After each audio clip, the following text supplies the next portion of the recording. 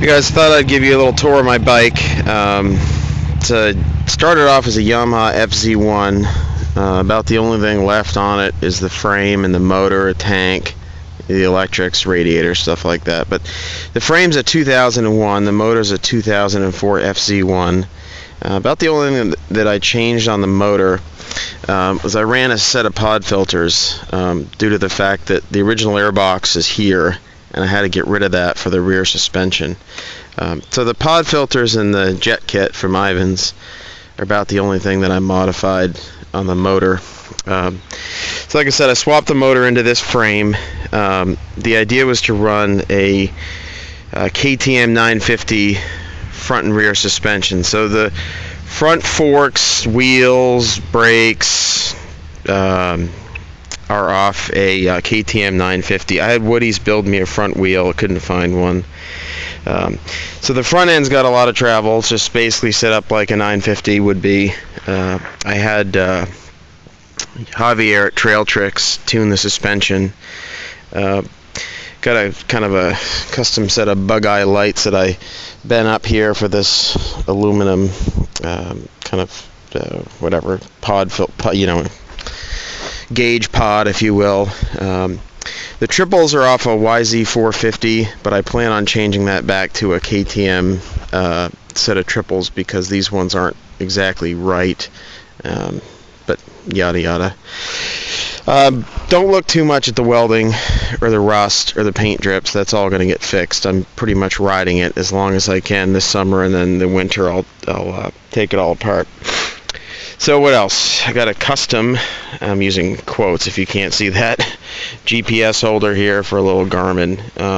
The socks, a really super custom thing. The vibes were just shutting the GPS off, so I had to stick a sock in there to kind of reduce the vibes. The gauges are stock Yamaha gauges. The bike has about 8,000 miles on it now. It had about 6 when I bought it. I got a big dirt bike Yamaha YZ450 bars. I don't even know what these levers are. Somebody they were on the bike when I got it, and they're really nice. They're like Rizoma or some sort of fancy billet thing, but they're all adjustable, which is super nice. I had to get some custom brake lines from Spiegler. Those are awesome. The master cylinder on this bike is off the FZ1, and I did that because I wanted to keep this lever, and it didn't fit the KTM. So the only thing I had to do really that was custom was this car going by was this bolt here. I had to get from Spiegler to adapt because obviously the Yamaha only runs one brake line, but I ran these like the 950 would if you had the high fender kit. So two lines from Spiegler, and then I made these little crappy aluminum things. I just bought a lathe, so I'm going to redo these and make some fancy brake lines, and I might even route it a little differently. The radiator stock, I put this little aluminum mesh stuff there to kind of keep the rocks at bay. I do plan on running a skid plate, but at the moment I don't have one. I'm doing mostly road riding with it, so the pipes really haven't been abused, but they're pretty exposed, as you can see, and a rock would just crush them. I'll go back on this side because it's easier to see. I bent up these things. I got a hydraulic tubing bender with some really nice dies. So this is 1-inch. Pretty much all the tubing on the bike that I added is 1-inch DOM tubing. So I drilled some bosses in the frame, which I haven't actually finished welding yet, but so I could run these bolts through with a big fat nut on the other side so that the crash bars can come off. They do work. I have laid it down, not really at speed, but the crash bars do work. The exhaust comes from, I left the stock,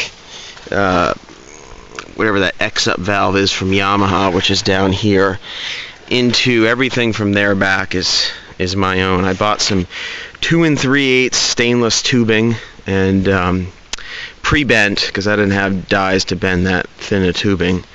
And just made an underseat exhaust. I wrapped it in this titanium header wrap. I just got done riding really hard for the last 2 hours, and you can keep your hand rate on it, so it's really nice. It keeps the heat down. which is important because the exhaust runs right under the seat. One of the biggest challenges was getting the swing arm from a 950 to bolt up. You got two issues here. One is making sure that obviously it fits the stock FZ1 pivot there. Just by a pure stroke of luck, the Yamaha FZ1 and the KTM 950 both share the same diameter bolt. I can't remember off the top of my head. I think it's 20 millimeters. But that just was a stroke of luck having those use the same. But the KTM 950 swing arm is actually off-centered. And so, I don't know how well I'm going to be able to show this, but well, anyways. Now, stock, the KTM runs through the motor. So I had a machinist friend of mine machine up this spacer which goes between the swing arm pivots to keep the bearings in there. And then I'm not going to be able to show this, but there's a spacer that's in between the frame and the swing arm over here, which is like 20 millimeters or something. I had to machine that to offset the swing arm, offset it so that it's centered, if that makes sense. So that basically I knocked the swing arm over sideways to the clutch side, and what that did was allow the sprocket and chain and wheel to all be on center, which was kind of, again, another stroke of luck that they all seem to line up perfectly. It's pretty much eyeballed, but sometimes eyeball's good enough. Now the shock is off a KTM 950 as well. I do plan on running a mud guard or something, but I haven't done that yet.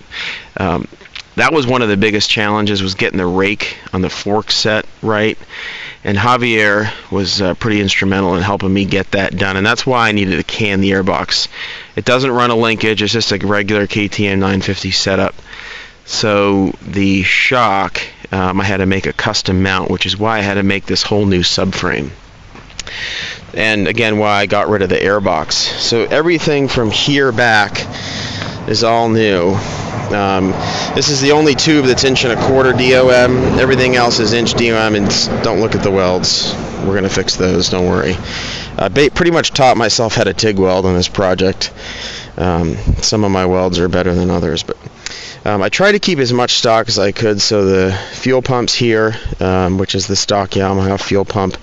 The tank was a complete nightmare. I mean, basically, in order to fit that shock mount, which is basically right here, I had to cut, I don't know if I can show this at all, but I had to really cut and stitch together that tank.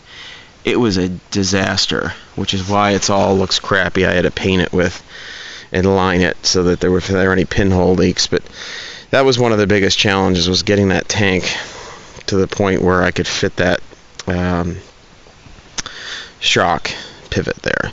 The seat I made myself. I had a Renasco on my 950 and I liked it so much I figured why not make one myself. So it's just an aluminum pan with a bunch of different kinds of foam. I've done about 2,000 miles in 4 days on it, and it's pretty comfortable. It's not very thin, but it's pretty firm, which is the way I like my seats. And the suede just wraps around, and I just drilled holes in the underside of it and riveted it, which seems to hold perfectly, and I don't see any reason why I'd screw with that. The bags I made myself. I drew them up in a CAD program and literally laid them out on some aluminum. It's 3000 series. Cut it with a chop saw and welded it together with a TIG welder. They're not perfect. There's some welds I'm not very proud of, but they do the job. And don't look at this. It's custom touches all over the place. The pipes out of a CBR 600. It's just an aerocarbon can. I liked it. It was cheap. Bought it on eBay, and I welded that to that whole pipe setup you saw before. The linkage here for the shifter is pretty much the same. I tried to, in the interest of being a frugal Yankee, I tried to keep as much crap that I found around the shop as possible to use. So this is all stock, and it runs through.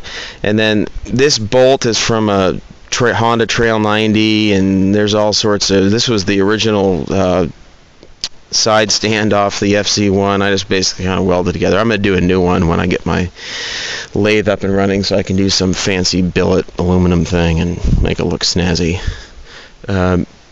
The chain is a 530 chain. I had to get a custom rear sprocket made from Sprocket Specialties, who kind of screwed it up, but I'm not going to get into that. So it's a 530 pitch chain, which I felt was kind of necessary for the amount of power this bike puts out.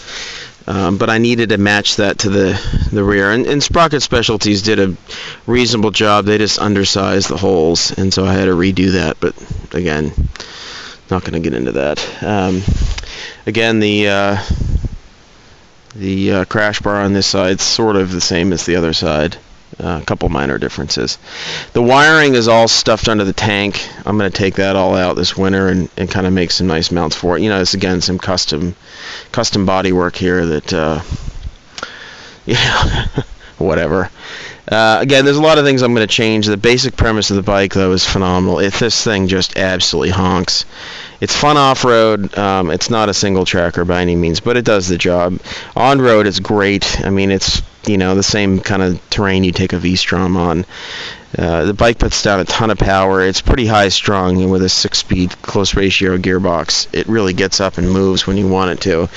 I've had it on the GPS just blowing through 130 with tons of power left, so it's pretty fast. I don't think I'd gear it down anymore.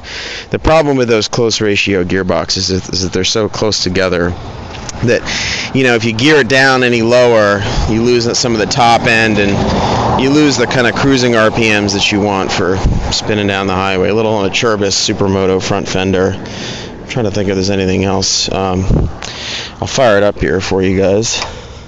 Down in West Virginia riding.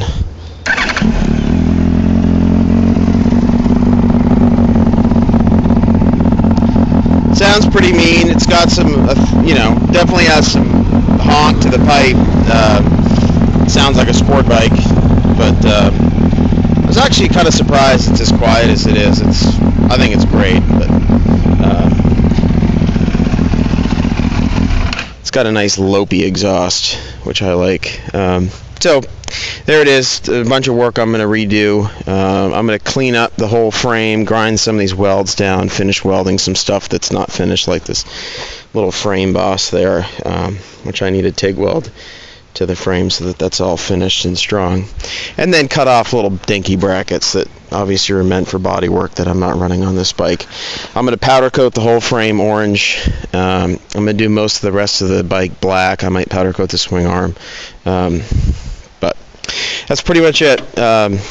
Any questions, fire away.